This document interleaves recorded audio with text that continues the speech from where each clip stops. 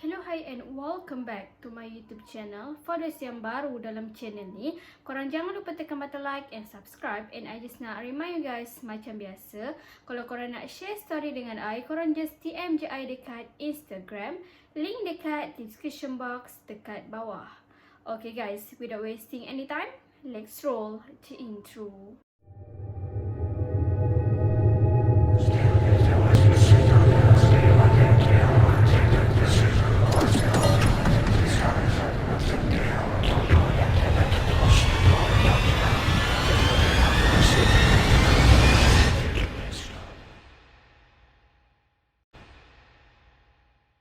So guys, untuk video kali ni, I nak share dekat korang 3 kisah seram tau. So kita akan start dulu dengan kisah yang pertama. So kisah yang pertama ni dikongsikan oleh Dan, iaitu bukan nama sebenar. Okay. So kisah yang nak dikongsikan oleh Dan ni bukanlah dia terlalu seram sangat, sebab dia bukannya berkaitan dengan hantu macam tu lah. Tapi peristiwa yang Dan ni alami, dia rasa agak menyeramkan lah bagi dia kan, sebab dia pun bukannya jenis yang hijab terbuka ke, bukan jenis boleh nampak-nampak benda macam ni kan. So bila ada satu peristiwa yang dia kata agak menyeramkan bagi dia, so dia nak share lah juga dengan korang. Okay.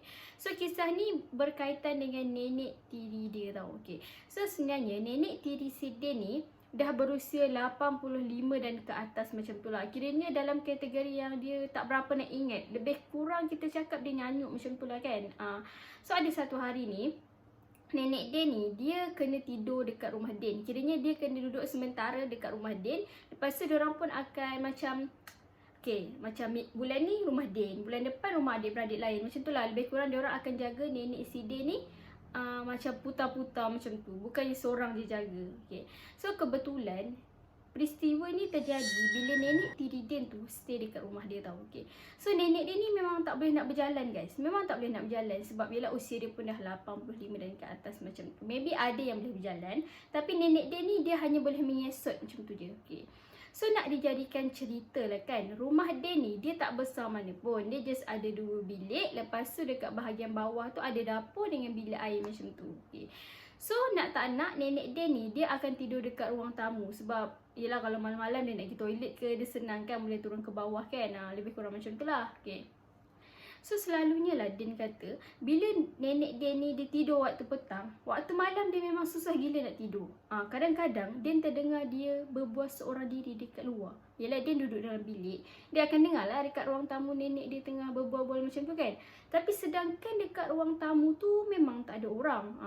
Kadang-kadang bila ayah Dan ni dia nak pergi toilet ke, dia nampak nenek si Dan tu macam tu, dia kadang-kadang dia suruh nenek Dan tu tidur, ataupun dia sendiri yang akan berborak dengan nenek tiri Dan tu, which is mak tiri ayah dia. Lebih kurang macam tu. So berbalik kepada cerita si Dan ni, ada satu hari abang Dan yang dah kahwin ni balik dekat rumah tu. So nak tak nak Dan ni dia terpaksa keluar daripada bilik dia. So dia pun kenalah tidur dekat ruang tamu, sebab bilik dia tu kena bagi dekat abang dengan kakak ipar dia tidur, sebab dia orang dah kahwin kan. Okay. So satu lagi bilik tu memang bilik parents dia lah. Okay. So nak tak nak Dan ni pun tidurlah dekat ruang tamu. Tapi time tu Dan kata at least dia boleh lah tengokkan nenek dia, sebab nenek dia memang tidur dekat bahagian ruang tamu kan. Okay. So waktu dah malam tu, Dan pun tutup lah lampu dekat bahagian ruang tamu. Tapi lampu dekat bahagian dapur tu Dan still buka. So tak ada lah rumah tu dalam keadaan yang gelap gelita kan. At least ada juga cahaya yang datang daripada dapur, bahagian dapur. Okay. So waktu Dan ni nak tidur, selalunya Dan ni dia tak akan tidur terus tau. Macam biasalah, akan main handphone dulu, scroll TikTok, scroll Instagram, barulah Dan ni nak tidur. Okay. So waktu Dan ni nak lelapkan mata dia dah, tiba-tiba Dan terdengar ada bunyi bungkusan yang dibaling daripada jauh ke arah dia. Waktu tu Dan kata bukannya bungkusan macam dalam tu ada kaca ke apa, bukan. Korang tahu tak, orang zaman dulu akan gunakan kain batik yang diikat untuk letak barang-barang dalam tu kan. Seolah-olah macam bungkusan tu yang dibaling ke arah Dan macam tu. Tapi time tu Dan kata, lama-lama benda tu makin dekat tau dengan dia. Seolah-olah macam dengar betul-betul dekat sebelah telinga Dan ni. Tapi dia ni tak tahulah apa jadi dekat belakang dia, sebab waktu tu dia ni dia macam tidur mengiring dan menghala ke arah dinding.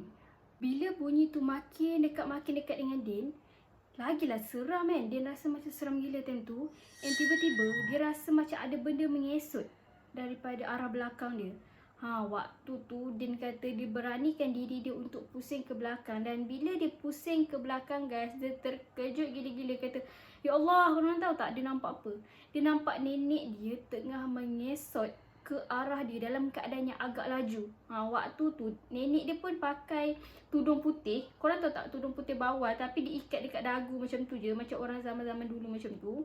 And time tu pula pukul 2 pagi. Lagilah si Din ni dia rasa takut gila-gila.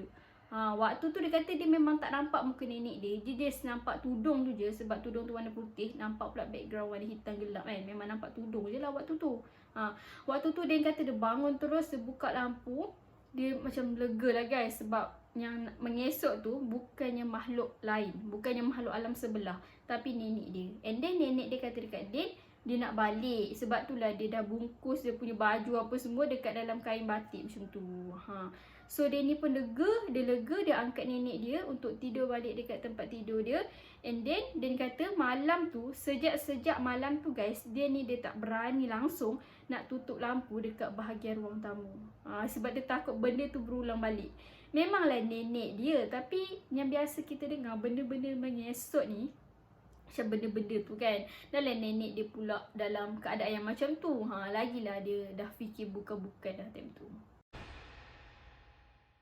So guys, kisah yang kedua ni pula dia agak famous tau. Sebabnya dia berlaku dekat UiTM Shah Alam pada tahun 1997. Waktu tu pun I pun tak lahir lagi waktu tu. So kejadian ni dikongsikan oleh Taufik, dan Taufik ni memang berasal daripada KL juga. Dan waktu 1997 tu, Taufik ni dia belajar dekat UiTM Shah Alam. Waktu tu dia tahun ketiga guys. Dia ambil diploma seni bina dan dia pula ditempatkan dekat Asrama Perindu. Dan Taufik kata Asrama Perindu ni agak famous dengan cerita-cerita makhluk alam sebelah. Lebih kurang macam tu lah. Okay. So dia kata kejadian ni dia selalu dengar daripada kawan-kawan dia je ataupun senior-senior. Tapi dia tak sangka pula benda ni jadi sendiri dekat diri dia. Dan dia kata memang dia tak dapat nak lupakan. Okay. So ada satu hari ni, waktu tu malam, Taufik ni dia nak pergi basuh baju tau. Okay, waktu dia nak basuh baju tu, dia kata dom dia dengan bilik air memang hujung ke hujung. Macam toilet tu dekat belah hujung belah kiri, bilik dia dekat hujung belah kanan. So nak tak nak, dia kena jauh sikit lah berjalan. Tapi dalam satu aras ataupun satu blok yang masih sama. Cuma dia hujung ke hujung macam tu je lah. Okay. So waktu tu, bila dia sampai je dekat toilet, dia tengok memang tak ada orang. Memang tak ada orang dalam tu. So dia pun buka suis lampu, dia pun basuh lah baju macam biasa. Okay. So waktu dia tengah basuh baju tu, dia tak sedar tau guys. Sebenarnya waktu tu dah pukul 12 malam. Tepat pukul 12 malam. Okay. So dia pun dah habis basuh baju. Dia macam kering-keringkan sikit. Dia letak dalam baldi untuk disidai dekat bahagian luar kan. Okay. Waktu dia nak angkat baldi tu untuk keluar daripada toilet, tiba-tiba si Taufik ni dia terdengar ada bunyi orang mengilai. Waktu tu dia macam tersentak kejap. Dia macam terberhenti sikit langkah dia. Betul-betul kat depan pintu tu. Dia dengar. Dia terus capai baldi dia balik. Dia jalan dalam keadaan yang laju untuk sampai dekat dom dia balik. So waktu Taufik ni dalam keadaan yang agak laju berjalan tu, dia sempat pula guys toleh ke belakang. Dan dia kata dia menyesal sangat-sangat pergi toleh dekat belakang. Sebabnya guys, korang tahu tak, dia nampak ada perempuan yang rambut panjang sangat-sangat, mata merah. Tapi yang peliknya, benda ni warna hijau, bukan warna putih ataupun warna hitam yang selalu kita nampak. Yang orang kata yang selalu kita tahu lah kan, memang makhluk tu warna hitam atau warna putih macam tu. Tapi dia kata memang warna hijau. First time dia nampak makhluk macam tu yang berwarna hijau. Okay.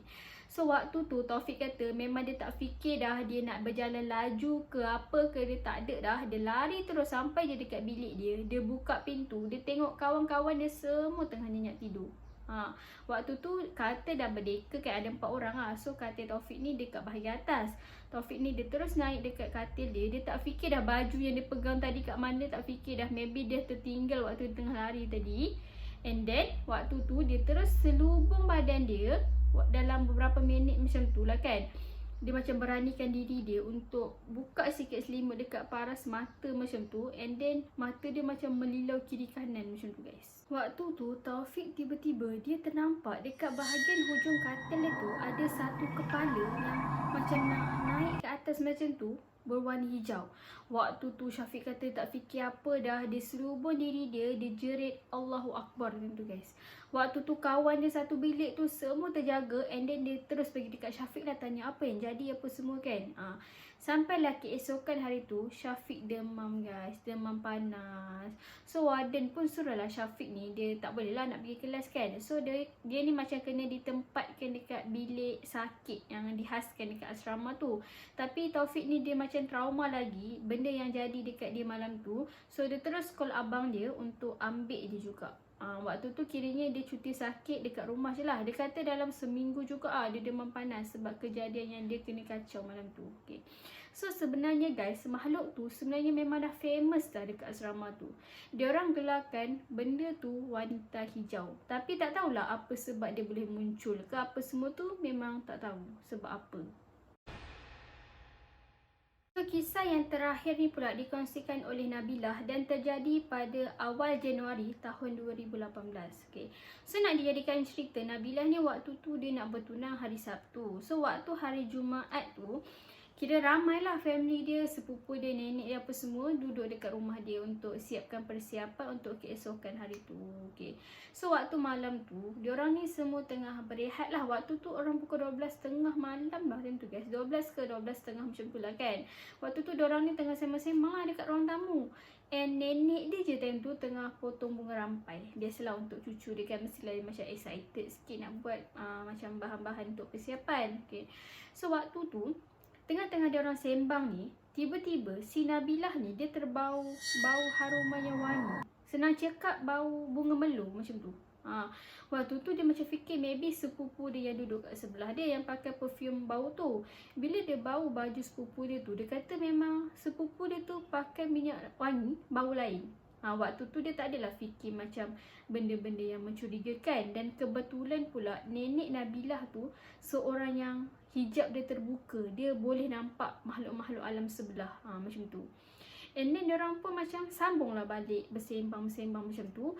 And tiba-tiba guys, nenek Nabilah ni cakap, korang baca apa yang korang tahu. Waktu tu diorang semua dekat ruang tamu tu macam automatic terdiam. And then terus baca surah-surah lazim yang diorang sendiri hafal. Waktu tu tingkap dekat bahagian depan tu memang dah terbuka luas. And then nenek dia marahlah cakap, Ilah kenapa kau tutup lagi tingkap depan tu? Ni terbuka luas malam-malam macam ni kan. And then si Nabilah ni pun pergilah tutup tingkap tu. Waktu ni lah guys, waktu si Ilah ni dia nak tutup tingkap tu, tiba-tiba dia ternampak seekor burung putih betul-betul terbang dekat depan tingkap tu. Dan cara dia terbang tu laju sangat-sangat. And then dia tersentak, dia kata Astaghfirullah kan. Waktu tu jugalah dia terus nak tutup tingkap tu, nenek dia pula Astaghfirullah kan. Terkejut yang gila time tu. Memang satu rumah automatik diam. Waktu tu Ilah terus tutup tingkap. And then nenek dia kata, Ilah kau buka ataupun pasanglah surah-surah lazim kan dekat dalam handphone ke dekat radio ke apa, kau pasang. And then Ilah ni buka handphone dia buka YouTube, and then dia pasang lah surah-surah lazim. And then diorang ni pun tanyalah dekat nenek dia kan, apa yang nenek dia nampak. And then nenek dia kata waktu si Ilah ni dia nak tutup tingkap tu, dia nampak ada satu kain putih terbang ke arah pokok dekat bahagian depan rumah dia. And then nenek dia tanyalah dekat Nabilah ni, tadi kau mengucap dah kenapa? Ada benda tak kena ke? And then Ilah pun bagi tahulah dekat neneknya yang pasal dia nampak burung tadi kan. And then nenek dia katalah, kau kotor Ilah pun dia just diam je, dia anggukkan kepala dia. And then nenek dia kata, oh patutlah darah manis lah katakan. And then nenek dia suruh sebelum Ilah tidur, dia cuci kaki, baca doa tidur, baca 3 kurs, surah Al-Fatihah dengan ayat kursi. Baru tidur. And then nenek dia kata kalau boleh malam ni kau putarkan je ayat-ayat yang dekat dalam handphone, yang dekat dalam YouTube tu lah kan. InsyaAllah Allah lindungi kau, nenek dia kata. And then keesokan hari tu memang tak ada apa-apa pun yang jadi. Dan malam tu juga Ilah kata dia memang tidur dalam keadaan yang nyenyak lah. Memang tak ada apa-apa gangguan. Dan majlis pertunangan dia pula berjalan dengan lancar. So tu je lah kisah yang dikongsikan oleh Ilah. Memang tak nampak seram. dia ada agak vibe-vibe seram dia kan. Tapi nampak macam biasa je. Tapi kalau korang yang lalui, macam I kata, macam I selalu cakap, kalau korang yang lalui, mesti korang akan rasa juga benda tu. So, tu je lah kisah kita untuk video kali ni. Mana-mana yang belum tekan button like and subscribe, korang boleh tekan sekarang. Dan jangan lupa juga tekan bell notification supaya korang tak terlepas dengan video-video yang akan datang. Stay tuned on my next video. Bye!